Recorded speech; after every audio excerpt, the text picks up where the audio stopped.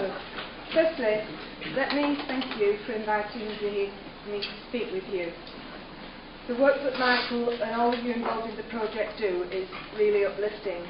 Just to know that those with an interest in the law are taking stock of the fact that miscarriages of justice and mistakes can happen is priceless. And for those of us who are unfortunate to have been through an injustice, it really does help to know that some are willing to acknowledge that this awful nightmare that any miscarriage of justice goes through, any wrongly convicted person goes through, is being recognised.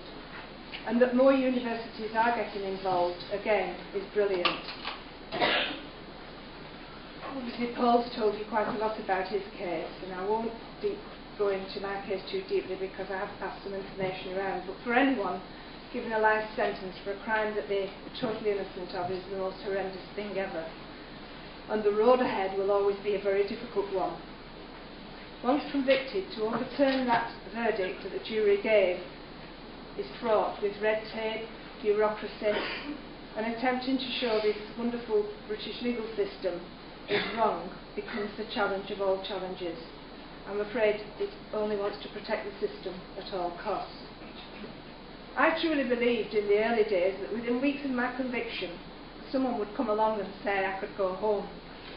They would realise a grave mistake had occurred, and every time, for the first few months, every time my cell door opened, or in the evening when new prisoners were coming in and the wing gate opened, I used to stand and watch because I thought my solicitor or somebody from my family would come and say, "Come on, Sue, you can go home. We know it's a mistake."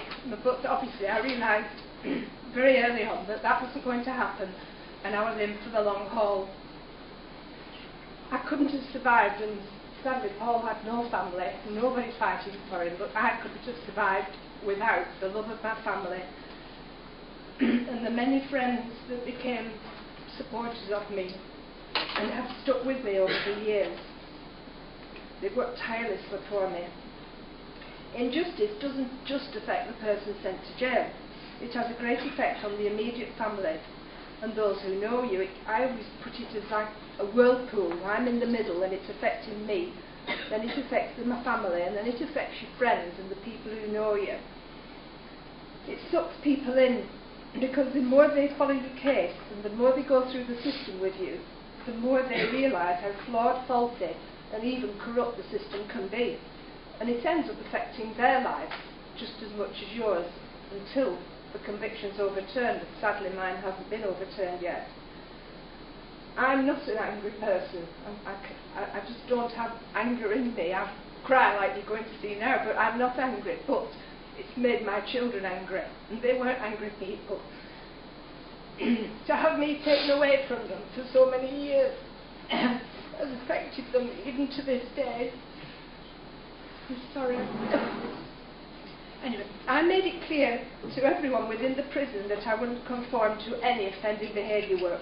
That's what you've got to do to progress through the system. I'd do anything that was asked of me related to my conviction. I was classed as an idol in denial of murder. But I wasn't in denial. I was innocent. It's a completely different thing as far as I'm concerned. No. So it becomes a catch-22 situation. I refused to go through any of the procedures which were in place to progress a prisoner, thanks very much, to progress a prisoner towards parole.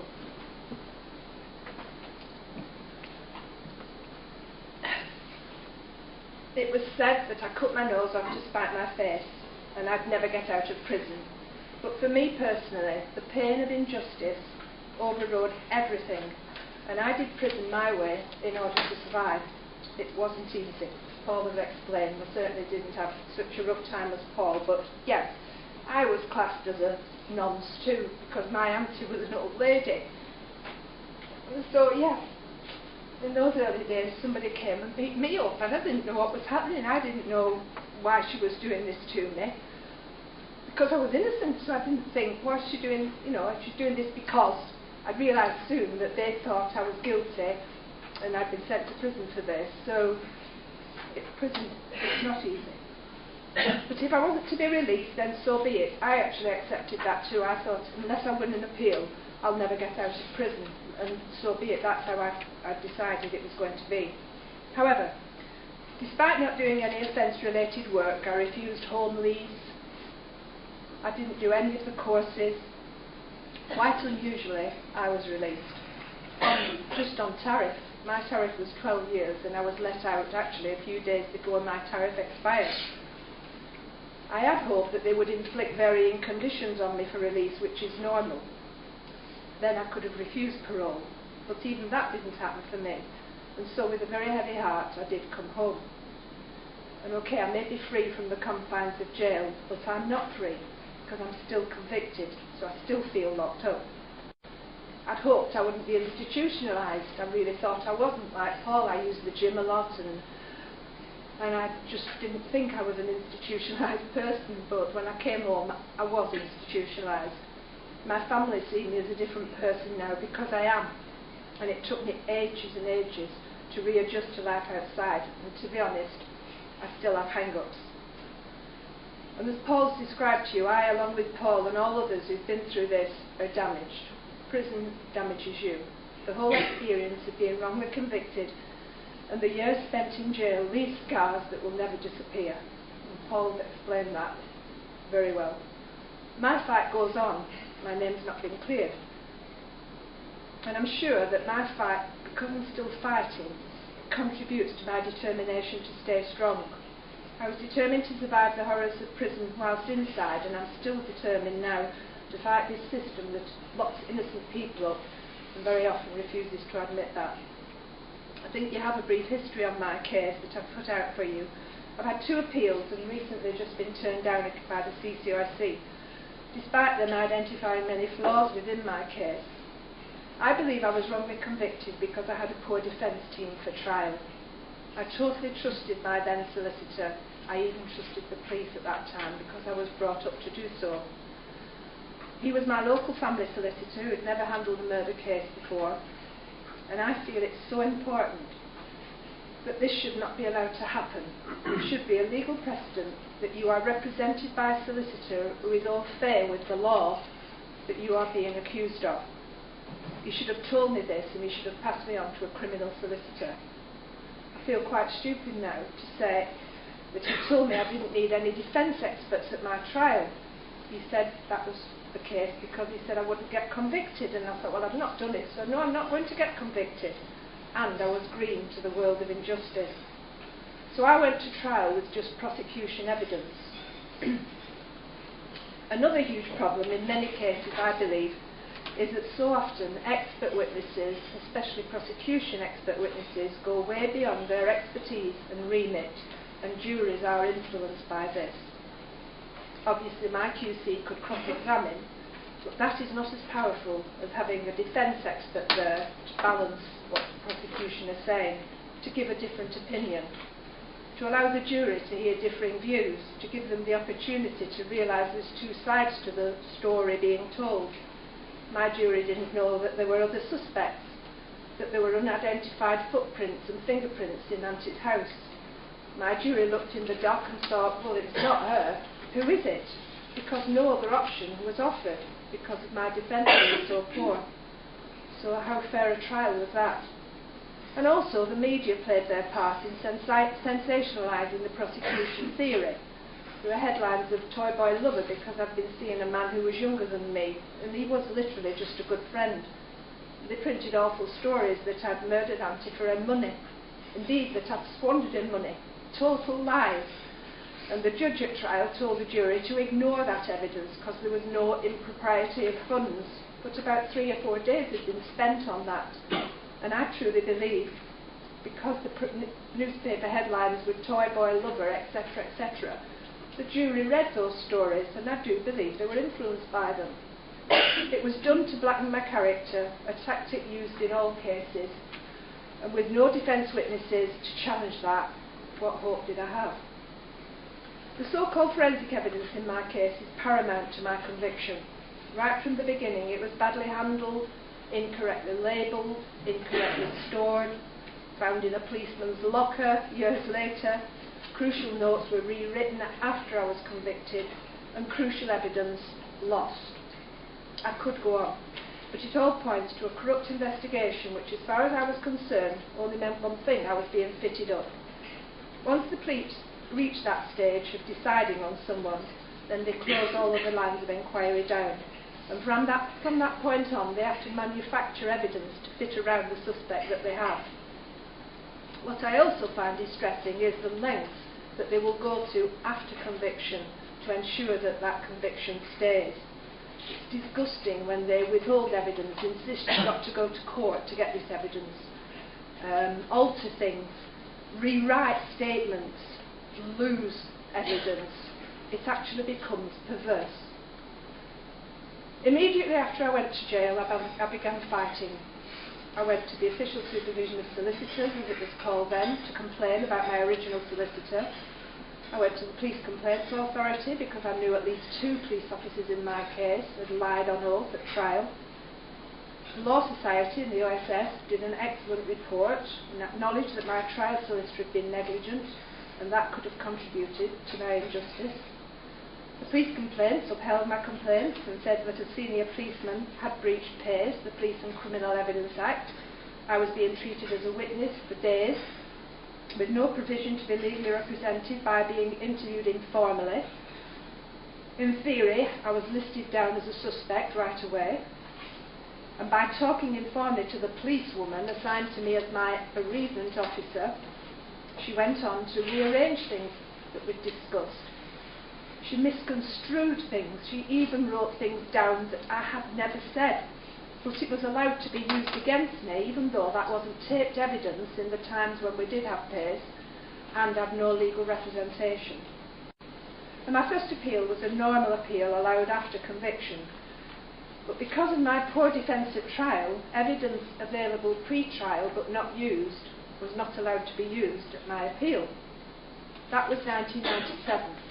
The year the CCRC came into force, replacing the C3 department at the Home Office. Obviously, I sent my case to the CCRC with this renewed hope that at last we got a fairer system in place because of the miscarriages of justice, the Guildford 4, the Birmingham 6, the Maguires and other notable cases. I was appointed an excellent caseworker, Dawn Butler, who really got her teeth into my case. She uncovered lots of new information. She discovered that the chief forensic scientist had rewritten his original notes from 1992 after I was convicted in 93 in preparation for a future appeal, we presume. He forged a new document. She proved that the senior police officer in my case lied, and she found out that he'd also had the main forensic exhibits in my case removed from Forensic Science Services before my trial, and stored them in his locker at Oldham Police Station, something he denied for months and years later, saying that these samples had never been removed from the wall, they'd just been photographed. It became a catalogue of errors and lies, and on the strength of Dawn Butler's findings, I was referred back to the Court of Appeal in 1999. Sadly, my appeal hearing was delayed because my QC was doing the Jill Gandor case, and my appeal didn't get heard until 2001. And I say sadly, because I truly believe for the first few years that the CCRC were doing the job expected of them, and in turn the Court of Appeal was showing some respect for the Commission. But after around 2000, there appeared to be a turning point. It was as though someone in the realms of power had decided the system was being shown up too much. It was being shown to be too wrong. Because after that point it appeared that the Court of Appeal's criticism of the CCRC became greater, and the CCRC almost became scared of the Court of Appeal, I believe. Their remit for sending cases back changed in order to appease the Court of Appeal. When the CCRC was formed, we lost valuable people. Paul's mentioned them, who before had investigated wrongful convictions and trial and error, rough justice, panorama, all had excellent investigative journalists working for them who had a passion for righting the wrong, who would go to any lengths to look into a case. Inevitably, they all thought that the CCRC was going to take over what they were doing, to investigate things thoroughly. Sadly, they don't. The CCRC appear too ready to accept CPS evidence as true and are very reluctant to challenge it. However, my appeal went ahead in 2001, and the statement of reasons issued by the CCRC was powerful. just on the point of the forged forensic evidence, I should have walked, but I didn't. And yet again, I hit rock bottom. But as always, I picked myself up, and I was told off the record that the CCRC were disgusted with the Court of Appeal judgment on my case. So I reapplied. I said that they, the CCRC, should stand up and be counted. They're supposed to be independent, so indeed, let them face what they're supposed to be doing.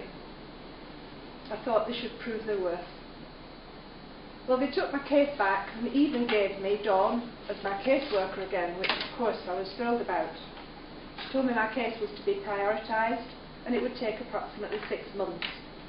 She also said she was going to totally discredit Kerr, Superintendent Kerr, who was the senior police officer in my case, who had lied to her on several occasions.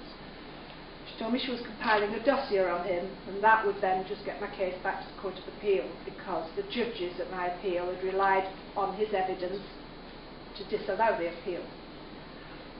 Very sadly, Dawn died, and my case was passed to another caseworker, who I feel did not have the same passion or understanding of my case. And it took them from then, from Dawn's death till now, for 8 years, to re-look at my case and give me a negative decision, which I've just got. They sent me back to the Court of Appeal in 1999 on strong evidence, which still stands.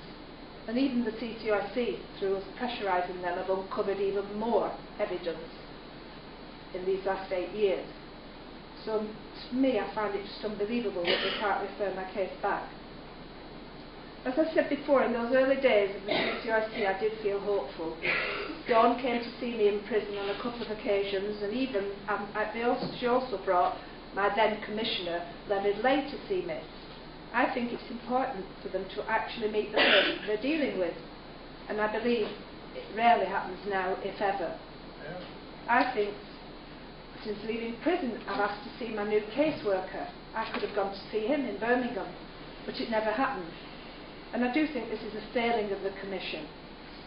Maybe because funding's been cut with them, but I think it's really, really important that they actually sit face to face with the applicant that they're dealing with. It would take me forever to tell you how much we've had to pressurise the CCRC since Dawn died over the past 8 years to investigate various pieces of evidence. Bizarrely, over the past 8 years, the person they've relied on with any new findings that we've put forward to them was Superintendent Kerr, who was the man I'm complaining about. Dawn would never have done that. They've used Kerr throughout the past 8 years. Any new findings, they've gone to him when questions of evidence needed clarification, and he's obliged by giving a different account to suit the new findings. To me, it's just unbelievable. For the CCRC to continue relying on this officer who had an outstanding, because of my case, disciplinary action lying on file against him, which was never processed because he took early retirement, because I took him to the police complaints. And also, they knew, the CCRC knew that he had lied to Dawn Butler, knowing my original caseworker was treated so badly by him, is disgusting. But, because I've pressurised them that much, and it's a very long story for me to tell you exactly why, but because I've pressurised them that much, they eventually have admitted that they found out that Kerr's evidence, the Chief Superintendent in my case, his evidence has to be claimed as no longer reliable. But yet, they can't refer my case back. The Chief Forensic expert in my case has been discredited, his assistant, Ashworth, has been discredited, and now Kerr, the man who headed my case, has been discredited and is no longer reliable. Actually, there is nothing left, but still they say they can't send me back. Well, as you know, many are now saying that the CCRC have lost their way. They're not fit for purpose. And I'm not saying this to sour grapes. My case doesn't stand alone. Eddie Guilfoyle, Jeremy Bamber, Carl Watson, Andrew Powdley, Neil Hurley, Frank Wilkinson. There's many others. The person that Bruce was mentioning, Ray Gilbert. We have at least to have a review of the only way back to the Court of Appeal, which is the CCRC. In the past, the PCA, the police complaints, was replaced by the IPCC because it was seen to be failing. and many even are now saying the IPCC needs re-examining. Any body like that has to be subject to scrutiny. CCRC, IPCC. We have to be scrutinise these bodies. The CCRC are not only second-guessing how the Court of Appeal will view a case, but how the Court of Appeal viewed it previously, and it shouldn't be their priority. The whole case needs to be considered. Even if fresh evidence has been identified, they still must look at the full picture. Everything is relevant. At the various hearings, in my case a trial and 2 appeals, only fragments of the case have been heard because of the rules surrounding appeals. Plus, when time passes and you discover more about a certain point that may have been argued before, but because that point has been referred to at a previous appeal, you're told it can't be raised again. Well, it's madness. It's totally unfair to have to base an appeal purely on new evidence. The whole picture needs putting forward in order to show how maybe some newly discovered material completely alters what the judge ruled on at a previous hearing. Fragmented evidence is biased and unhelpful, and my case is now totally different to that presented to my jury in 1993. People like me don't bank on year after year after year about their cases for the benefit of their health. In fact, it's detrimental to your health. No, the desperation of injustice is painful, but it's all-consuming. It eats away at you and never goes away, and I won't go away. I will not stop demanding of those whose job it is to protect the public and uphold the law by insisting that injustice is not allowed to flourish. Whilst a person is wrongly convicted, the real culprit can remain at large, and that should trouble every one of us. Following my last appeal, an article was written by a journalist who'd sat throughout the whole appeal. And he put in the article, were the judges in the same court as he was, because he really thought I should have won my appeal. But he headed that article, Who Judges the Judges? And how true that is. And I think now we can also be asking, who judges the CCRC? Thank you.